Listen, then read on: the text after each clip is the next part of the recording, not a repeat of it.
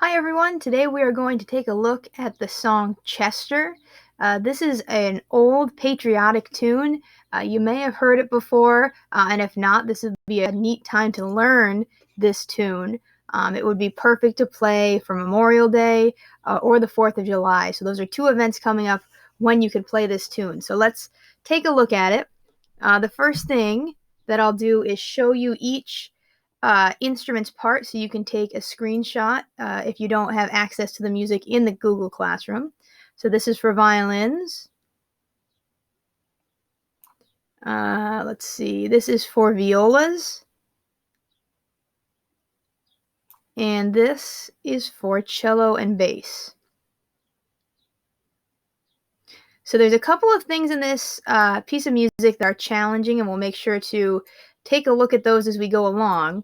The nice thing about this is that if you are a fourth grader, there are some things in this that we haven't learned yet, like slurs, hooked bowings, things like that. You can choose to not include those if you're playing. If you're a fifth grader, it's a good challenge to try to add them. So I'm going to talk about everything, but you can kind of customize this to what you're comfortable with doing. So we're going to start right at the beginning here. I have the violin music up. If you're a viola, cello, or bass player, you can minimize the video here and just keep my voice going and look at your own music. So we're going to start by looking at measures 1 through 4. And we should be pretty comfortable with all of these notes. It's all of our D string notes, quarter notes and half notes here. So again, nothing too hard with that. But we're going to notice that there are 3 slurs in this passage. And remember, a slur is where you put 2 notes or more, 2 or more notes in one bow direction. Okay, let me play for you the first 4 measures. Maybe this would be a good time, even if you're a viola, cello, or bass. Why don't you take a look at the video right now so you can see how my bow is moving. So I'm going to go and play the first 4 measures to demonstrate the bowing.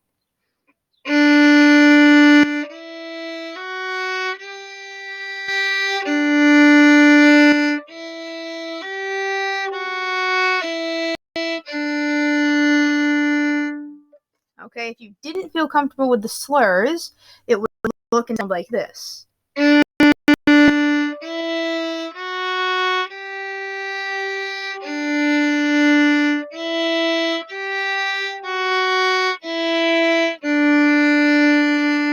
So you can choose which version you're more comfortable with. Let's go through together right now and play measures 1 through 4. So we have our instrument up. We're having perfect posture, right? That's how we're going to make sure we're the most in tune and have our best posture so we can sound the best. Beautiful bow hold, bow right on the D string, and your fingers are ready to place down after that first D. 1, 2, ready, go.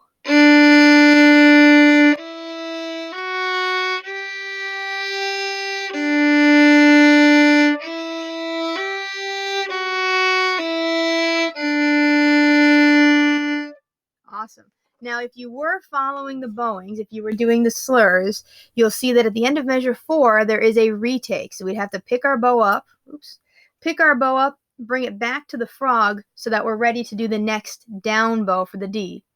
Okay, we're going to look now at measures 5 and 6, the last 2 measures in the first line. We have a D half note, that's easy. Then we have 2 D quarter notes. And it looks like it's slurred, but we have the 2 staccato markings, or the 2 dots underneath those. And 5th graders, you should remember this as being called hooked bowing, which is like a slur, but you stop your bow in the middle. In this case, they're going to be 2 up bows, and it will look like this. So it's up, up. So if I played measure 5, it would sound like this. Okay. Again, if you're not comfortable doing that as a 4th grader, you can just do up, down. But I would encourage you to give it a try because it actually isn't quite as hard as it maybe looks. It looks intimidating, but if you just try to go up, stop your bow, and up, that's exactly what we're looking for. Let me do now measures 5 and 6. You should be able to put those together pretty easily. It'll sound like this.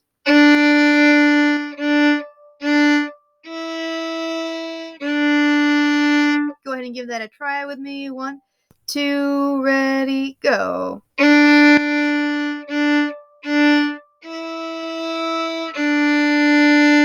Awesome. And now looking at measures 7 and 8. This is where things maybe look a little bit scary because we've now moved to the G string, or for bass, we're using the A and E string. But these are some lower notes that we don't play as often. Starting at measure 7, the notes are C, B, A, G, A. C, B, A, G, A. Hopefully you're recognizing that this is just like playing a descending or a downward G major scale, right? If you're a violin or a viola, it's on the G string, 3, 2, 1, open, 1. Similar for cello, 4, 3, 1, open, 1. And bass, it's a little bit different for you. Like usual, you always have something a little bit different. That C is 2 fingers, the B is 1 finger, A is open, and then that low G is actually 2 fingers on the E string. That's a new note we haven't played yet. So measures 7 and 8 for everybody should sound like this. Okay,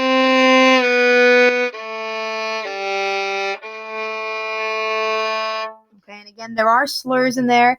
It might be helpful to practice it without the slurs the first time to make sure your notes are correct, you have the correct intonation, then add the slurs in. So now let's back up because measure 5 is the beginning of this phrase, and we'll play measures 5 through 8 together. 1, 2, ready, go.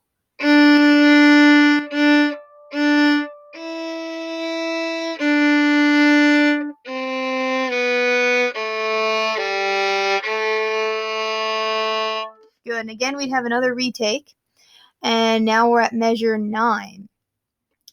We should be able to sight read measures 9 through 12. Again, it's all notes on the D string, and there are some slurs, and there is a hooked bowing, but it shouldn't be too tough for us to sight read through this. So we're going to start at measure 9.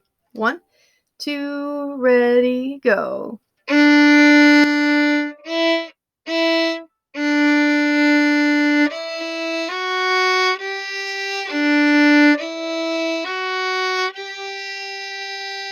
Awesome. Again, if you need a little bit of extra practice on any of these sections, you can always pause the video and work on those 4 measures and then restart the video as we move on to the next section.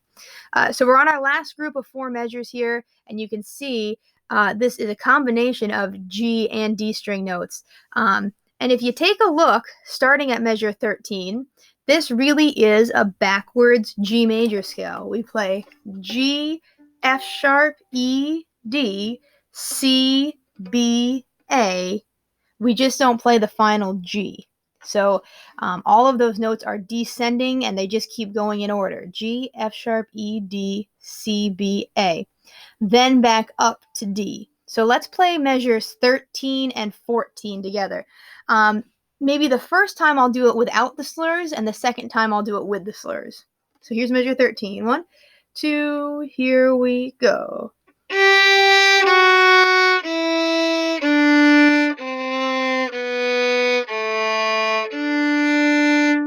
And with the slurs, 1, 2, ready, go.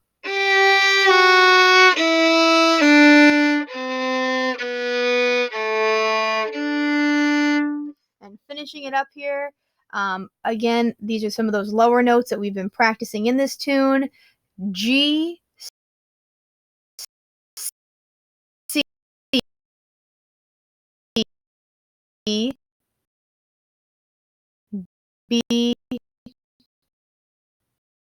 A, G. Okay.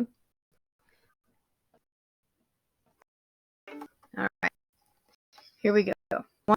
The last measures. 1, 2, ready, go. These together, start at measure 13. Yep, my finger down at G. 1, 2, here we go.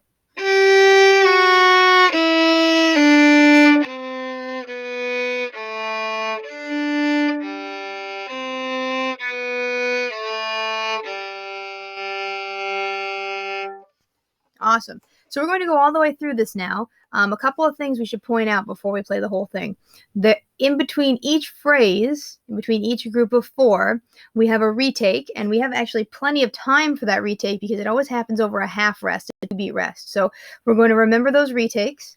We can also take a look at the dynamic change during this piece. We start forte, which means loud, and we stay forte all the way until we get to measure 9. Then we're piano or soft, and we become forte again at measure 13. So that's another challenge, just an extra thing that you can add in to make your playing even better. So remember all those things that we worked on, the slurs, the hooked bowing, the retakes, and now including the dynamics. Those are all extra things that make this better. So add as many of those as you can, depending on what level you're at, how long you've been playing, and what you feel comfortable doing.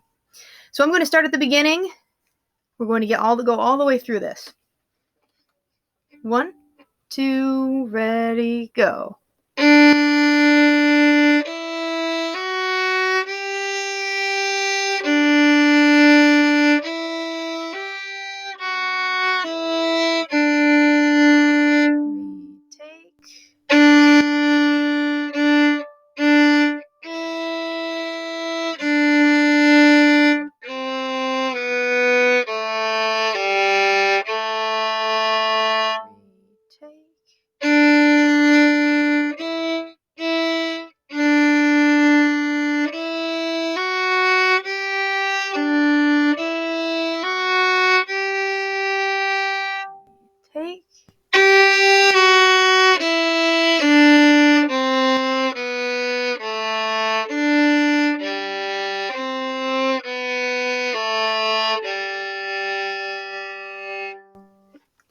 Awesome.